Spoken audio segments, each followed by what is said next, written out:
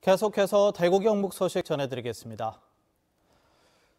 절기 소설인 오늘 대구 경북에는 눈이 아닌 추위가 찾아왔습니다. 영하권 추위는 주말까지 계속된다고 하는데요. 자세한 날씨 정보 김영은 기상캐스터가 전해드립니다. 첫눈이 내린다는 절기 소설인 오늘은 눈 대신 아침부터 바람이 강하게 불면서 초겨울 추위가 찾아왔습니다. 얼굴에 닿는 매서운 찬 기운에 몸이 꽁꽁 얼어붙는 것 같습니다. 매일 더해지는 쌀쌀한 날씨에 거리에서는 두툼한 겉옷을 입고 빠르게 발걸음을 옮기는 사람들의 모습을 쉽게 볼 수 있습니다.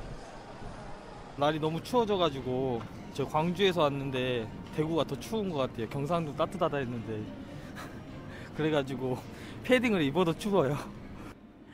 반가운 파란 하늘 아래 날이 무척 춥습니다. 절기 소설답게 겨울이 성큼 다가왔음을 알 수 있습니다.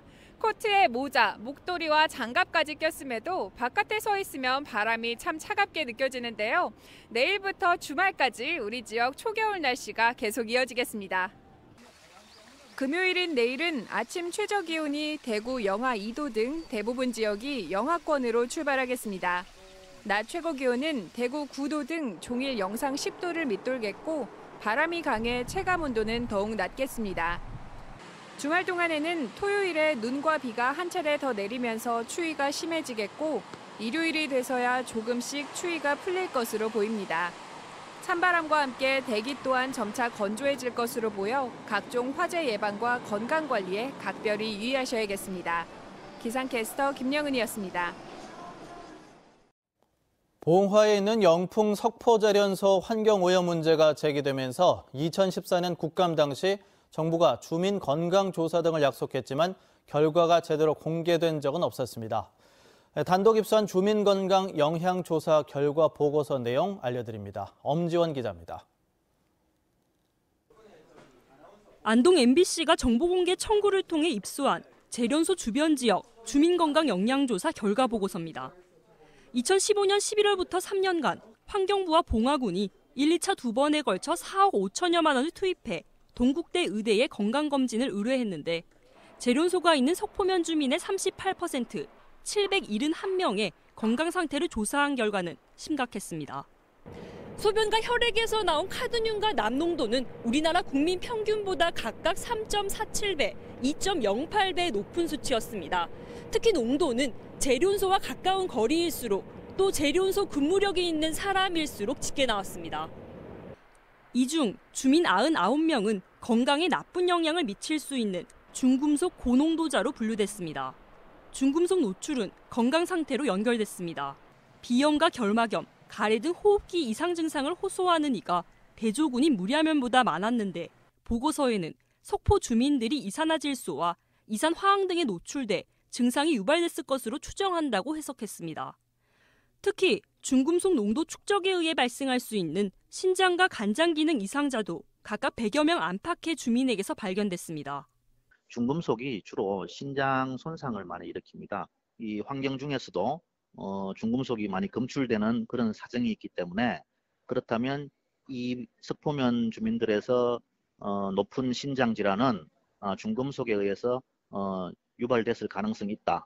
9년 동안 암 발생률을 분석한 결과에서도 다른 암에서는 전국 평균을 머물렀지만 신장암 발생률은 전국 대비 2.2배 높았습니다. MBC 뉴스 엄지원입니다. 내년부터 대구 모든 중학교에서 전학년 무상급식이 시행됩니다.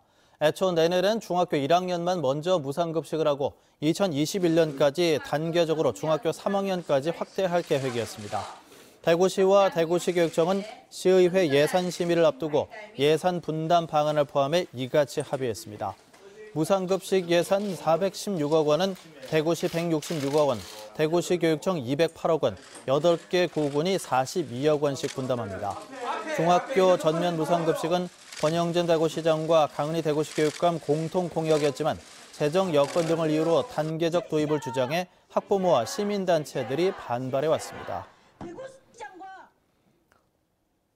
정부가 화해치유재단 해산을 결정한 가운데 대구시의회가 위안부 피해 생존자를 지원하는 조례안을 무산시켰습니다. 대구시의회 문화복지위원회는 오늘 대구시 일제하 일본군 위안부 피해자 지원 및 기념사업에 관한 조례안 심사에서 제7조 기념사업 지원 조항이 상위법과 중복된다며 조례안을 보류했습니다. 문화복지위원회 6명 회원 가운데 더불어민주당 의원 1명이 제시한 수정안은 자유한국당 의원 반대로 받아들여지지 않았습니다. 대구 위안부 피해 할머니 지원 조례는 애초 14명의 여야 의원이 공동 발의했지만 상임위를 앞두고 자유한국당 의원이 이름을 빼면서 정치적 외압이 있다는 이야기가 나왔습니다. 대구에는 이용수 할머니 등 위안부 피해자 3분이 있고 서울과 경남 등에는 관련 조례가 있습니다. 지역 제조업이 내수 경기 침체로 어렵지만 수출이 잘 돼 부진을 만회하고 있다는 진단이 나왔습니다. 대구상공회의소는 하반기 경제동향 보고회에서 이같이 진단하고 건설업이 좋은 흐름을 이어가고 서비스업도 성장세를 유지하는 점이 긍정적이라고 분석했습니다. 지역 200여 개 기업을 대상으로 한 설문조사에서 응답업체 64%가 내년 지역 경기가 악화할 것으로 전망했고 호전될 것으로 보는 기업은 4.3%에 그쳤다고 밝혔습니다. 6.13 지방선거 당시 황천모 상주시장의 선거 사무장으로 활동한 59살 김모 씨가 사후 매수죄 혐의로 구속됐습니다. 김 씨는 선거가 끝난 지난 6월 중순 황 시장을 대신해 사업가 59살 안모 씨로부터 법정 선거수당 외에 1,200여만 원을 더 받은 혐의를 받고 있습니다. 현행선거법에는 배우자 또는 사무장이 선거 범죄를 저질러 300만 원 이상 벌금형이 확정되면 후보자는 당선 무효가 됩니다. 대구 경북 과학기술원 디지스트 손상혁 총장이 오는 30일자로 사임서를 제출했습니다. 디지스트는 과학기술정보통신부가 지난 7월부터 한 달여 동안 장기간 감사를 하자 처장급 보직자 대부분이 보직 사퇴를 했습니다. 과기부는 감사에서 손 총장이 직권을 남용하고 연구비 부당 집행 등 비위를 저지른 것을 확인했다며 이사회에 징계를 요구했습니다. MBC 뉴스를 마칩니다. 고맙습니다.